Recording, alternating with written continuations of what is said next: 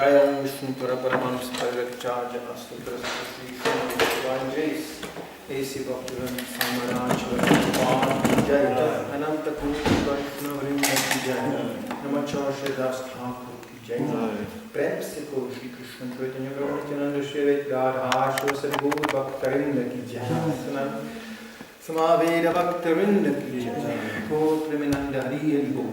All glories to Assembly Body. All glories to Assembly Body. All glories to Assembly Body. All glories to Sri Sri Guru and Sri Garanga. Glories to Sri Radha.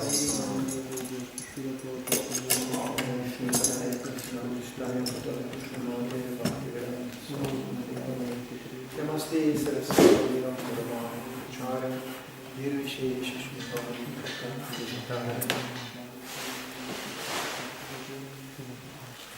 Namo Bhagavate Vasudevaya.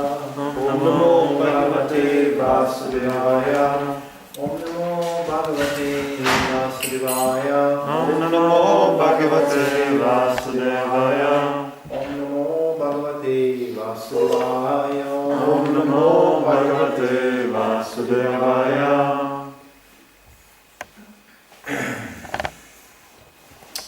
Just in this very short time, I will just read the shloka. This is from Srimad Bhagavatam, 2nd Canto, chapter 5, text 10.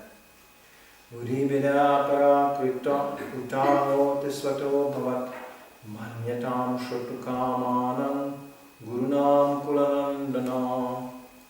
Buddhivedaha, pollution of the intelligence. Pollution of the intelligence. Parakritaha, done by the enemies. Done by the enemies. Utaho, or, te, of you.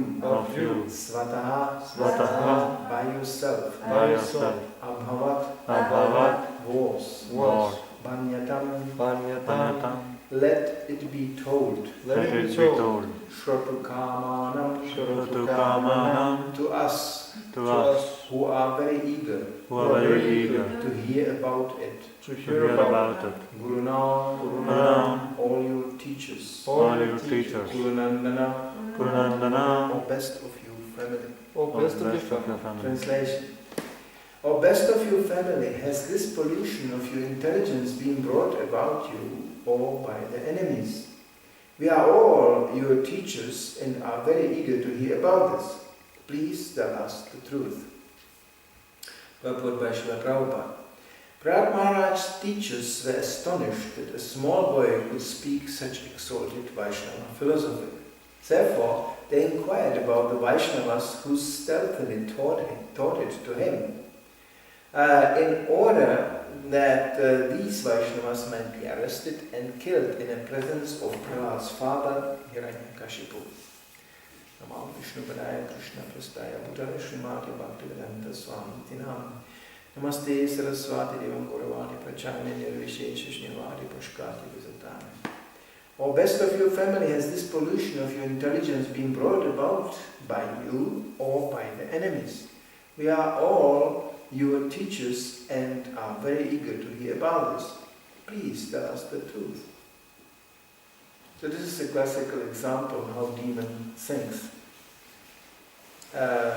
Demons have one thing in common, and anybody who is in illusion has one thing in common, that he is perplexed by the action, by the reaction, not understanding where the original action took place.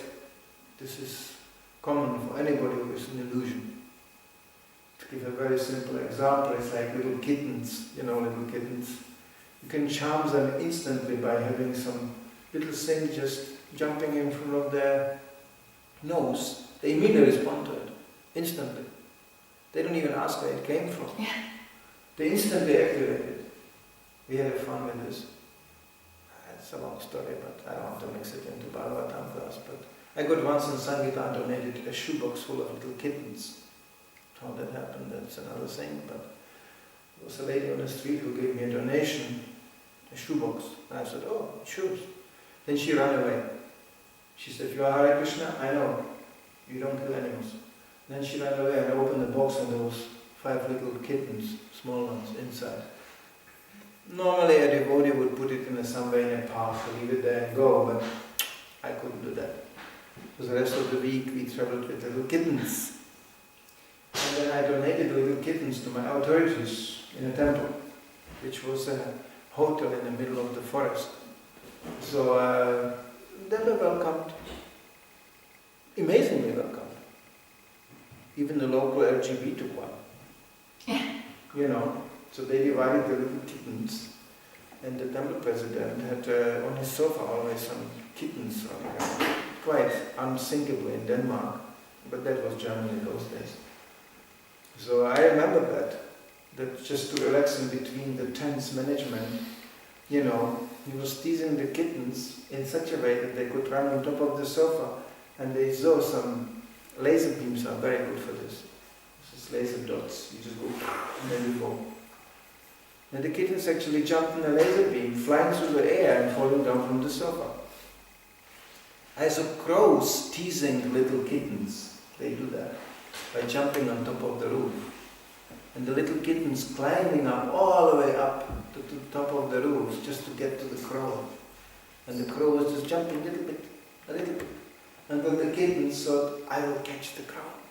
So it jumped on the crow, but of course, flying through the free air, the crow was flying away and the kitten was just falling down from the roof. Fortunately, these things are designed, they're like out of gummies, so that nothing happens. So this is a classical example of a conditioned soul, always jumping after reflecting to something which it cannot find where it came from, but reflecting instantly. You know, basically the game is male, female, that's the rule of the game, right? But the male, activation, female, activated, instantly. There's no plan, there is no rational thought. That's how material nature works. So here the teachers are trying to find out, asking Prahlad, where you got all that knowledge from? It doesn't fit to your age, and we don't teach it here. So where do you have this from? From whom did you hear? Like in Prahlad's case, it was already in the womb. You know, that they didn't know. They didn't know that actually Narada Muni was already teaching Prahlad in the womb, before he even came out. And not only that, but because demons don't know the cause of all causes, and that's Krishna. Therefore they are always perplexed about the reaction to some unknown action. As the Chinese proverb goes, real intelligence is to see things in the origin, not in the effect. Where it came from. That's real intelligence. Scientists know that. They always try to, in an empiric way, go to the origin. But because they are using their imperfect senses, they get always illusioned on a way. They think, oh, that's the origin. No, that's the cause.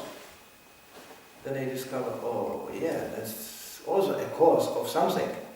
So what is this cause from? It's the whole problem with empiric research, is that leads you from one reaction to another. You try to trace back where things came from, but you cannot find it. Because that, Krishna says, he is reserving this, privilege only to those who surrender unto him. So first surrender, then knowledge. That makes Krishna consciousness quite inaccessible to most of the population. Because they first want to know. Show me. Show me Krishna.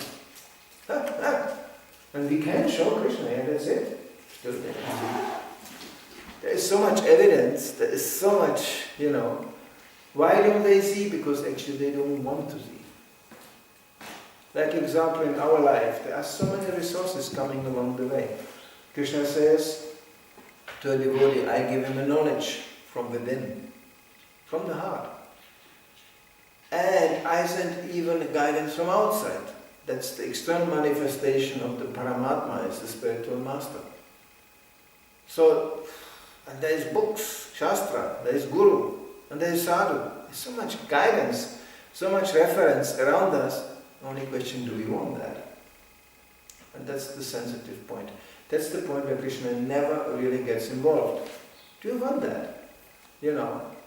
Yes, I want it a little bit. Okay, then I give you a little bit.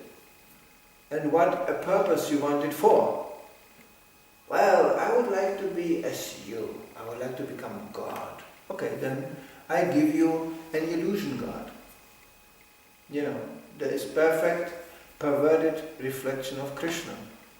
There is perfect reflection of a guru. It's all reflected, perverted reflections. So we can have it. We can have a bogus guru, we can have a bogus Krishna. We will feel entirely Krishna conscious. Krishna goes, for me comes this conviction.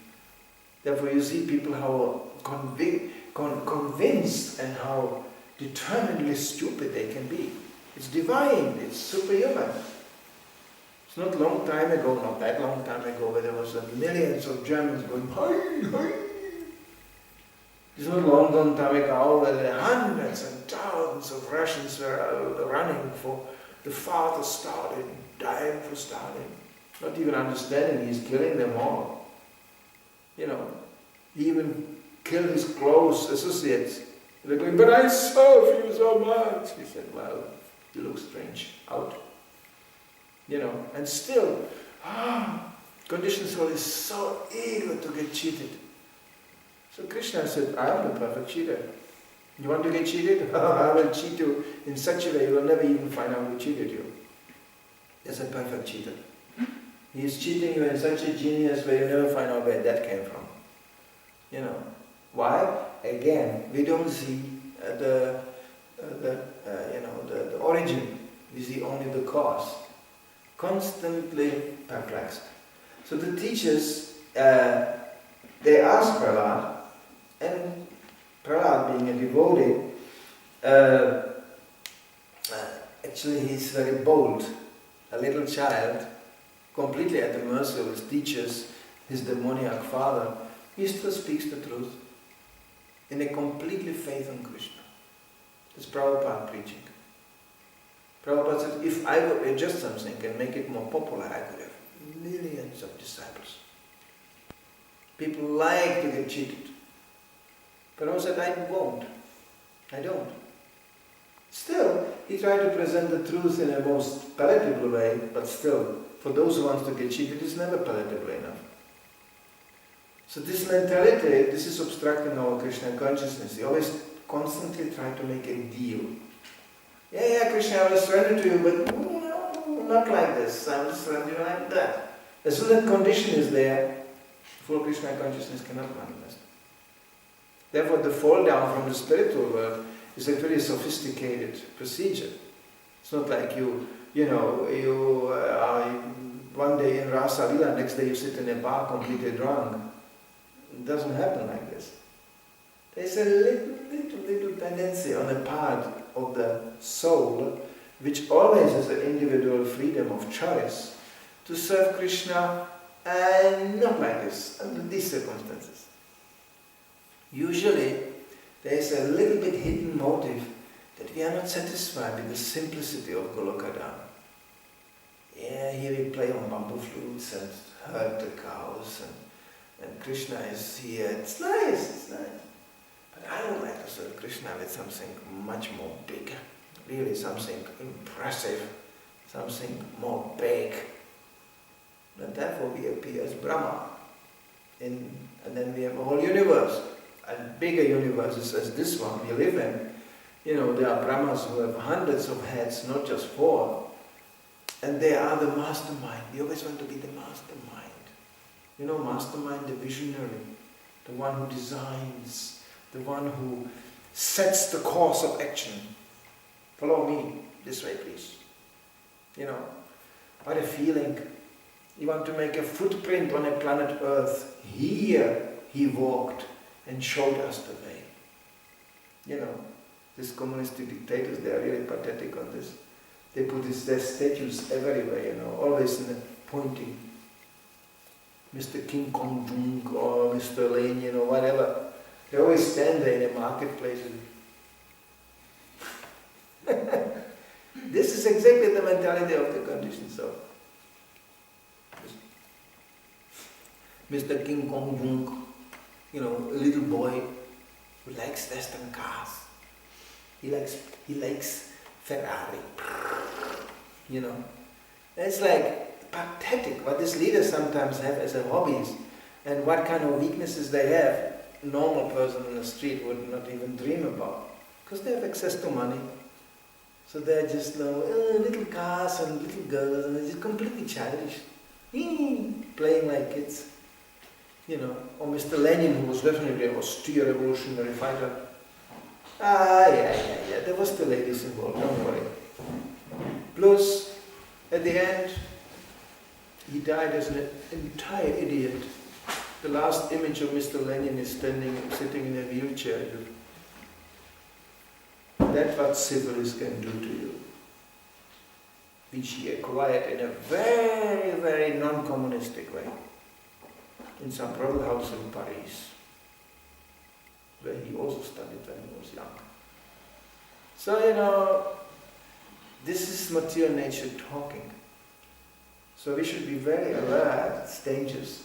It's dangerous to try to become God. It takes a very gross forms, and it takes also very subtle forms. Even a very austere yogi, after millions of lifetimes of austerities, achieving amazing powers, creating a universe on its own, even besides Brahma, creating planets on its own, creating so many things, being smaller as the smallest, you know, lightest as the lightest, you know, yeah. It's quite impressive when you can do things like this. At the end, the last nail of Maya is, actually I became God, yes. And that means down, immediately down. Sometimes pathetic how fast that goes.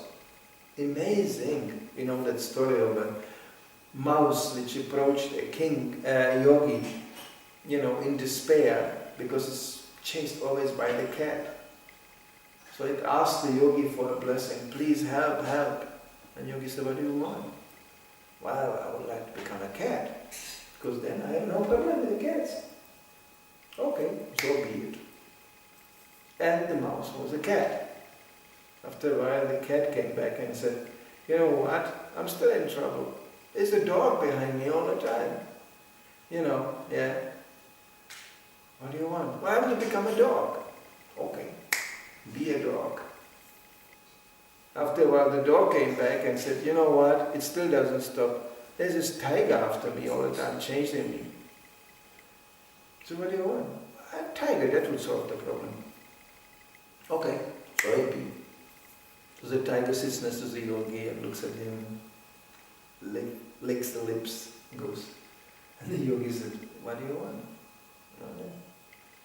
Very tasty, yogi. Actually, I would like to eat you. Tigers can do that. So the yogi smiled and he said, really? Again a mouse. And he was a mouse again. How many times we do this? It's scary sometimes how fast it can go. Again a mouse. So, devotee actually, the essential quality of a devotee is that he is conducting his life entirely dependent on Krishna. In all circumstances, in any regard. And that nobody can take away from you. Nobody. It's like Prahlad, completely in a demoniac environment, surrounded by demons who could kill him any time, and as proven later on, they tried. You know, completely at the mercy of his teachers, his father. No. He was not at the mercy of these people. He declared his independence. I am at the mercy of Krishna. So Krishna, as Lord Chaitanya says, you may embrace me, you may crush me, you may... I'm always your servant, you know, whatever happens. This is ahetukya pratyahata, means that devotional service cannot be stopped by any material circumstance. Impossible. So that's the training we are getting every day. As we on the way depend more and more on, you know, depend still on so many material resources, if a devotee is especially blessed, Krishna will take them one after another away from him. There's simply nothing to rely on. It's a strange feeling that you have nothing to trust. Even when you get sentimental with devotees, even that can go bad. You know, Even when you get, even one is, it's nice to be attached to a devotee, but who is a devotee? You know, as described, mouse again. You think, I was attached to this devotee tiger. Well, now he's a mouse. That kind of disturbs the relationship, you know. And the mice, I tell you, they talk all the same way. I could make a tape out of it. It's the same sound. First it was, Prabhu, let's preach together. It's a mission of spiritual master. What can I do for you so you can serve the mission? When he's in Maya, he goes, why don't you love me? You hurt me by preaching to me like this. I don't like to hear that. I heard it so many years. Surrender Krishna, surrender Krishna. Surrender authority. Now it's just about love. You have to love me. You can challenge him back and say, okay, I love you, so what shall I do for you? Well, you do what I like. That's not love. Prabhupada told a very heavy story to that. Pretty heavy stuff. There was a man, a relatively young man, who was finally caught by the police. He was a criminal. And due to his severe criminal activities, he was sentenced to death. And he had to be hanged publicly in a marketplace, which was even the case in a Vedic society, because public execution, it's educational, it got an education element to it. It's not done somewhere privately, publicly. So all the thieves and criminals know, oh, that's how you end up. So when the young man was supposed to be hanged, his last wish was, I want to see my mother. That's, oh, very, okay. They found the mother and they presented the mother to him. And he said, I would like to tell something to my mother. So the mother came very close. When she was really close, he just bit off her ear, just full blast. And she screamed and, what is this? And he said, this is for that you never restricted me, you never actually limited me, you never gave me the proper knowledge, you just loved me. And now I'm in this situation. I'm hanged. So spiritual love is a little bit different. When you listen what Arjuna is saying in the first chapter of Bhagavad Gita, is also a little bit about, I want to love them. They can have it. We're not going to fight. Let's go home. Let's be nice people. And if they are not nice, I am nice. The whole Bhagavad Gita, Krishna has explained to Arjuna, what a fool you are. You talk like this is up to you. You talk like it's important what you feel. It's important what they feel. No, there's only one thing important, what Krishna feels. And when everybody starts to think like that, so much wonderful emotions arise. Because that's our constitutional position. That's us. All this talking, hoping, dreaming, desiring, hankering, planning, all blown up in smoke by the modes of material nature. Because we are neglecting the very essential point, to satisfy the real nature of the soul. There is no way to be satisfied materially. There will be always something missing.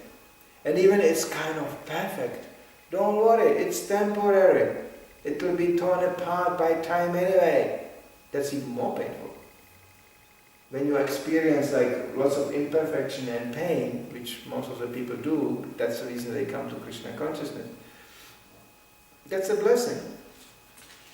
To get the kicks. School of Hard Knocks, it's called. When you get through that seminar, the kicks, they bring you to reality. No. Prabhupada, a very simple word for this. Mrityu-loka means a place of death. Everybody's dying. That's not pessimism, that's realism. But one can have still lots of fun here. If one is complying with the desire of Krishna, So we act upon our real nature. That means we have to free ourselves from our sentimentality. Senti means the senses, and mentality means the mind. So anything derived from these sources, it's very temporary and of a very questionable quality. It's like those who have children, they know, can never satisfy a child. They always want more. They always want something else and something more, and then, not possible. Perfection, not possible. You know, actually you can try and you do even worse. You can spoil the child. I speak from experience. I have a child which is very spoiled. Of course you try. It's a weakness. You cannot resist to try to satisfy. You know. But the result you get is never really satisfactory, you know. Try harder. Even it's not demanding really, no. I don't have the experience of being pushed around, but still it's always there. The Darwinists even developed a theory on this. That this material world is actually maintained and constantly evolving to the state of some sort of improvement by the push of the females on the males. The male always try, we have now 2 houses, is this good enough? Could be 3. Okay, let's take another loan, good. You know, it's always, you know, I saw it in Animal Kingdom happening, in India. As a bird's male building a nest, genius nest. There are birds in India, these birds here are just idiots, flying idiots. But in a holy dam you find animals of such a sophisticated nature, it's unbelievable. You know, little birds like this, they can wave together from fabric which they collect from the trees. They can make a woven like a heavy rope. They wave, on the rope they expand the rope into a house with apartments, air conditioned. You know, you saw it in India? They do it on palm trees.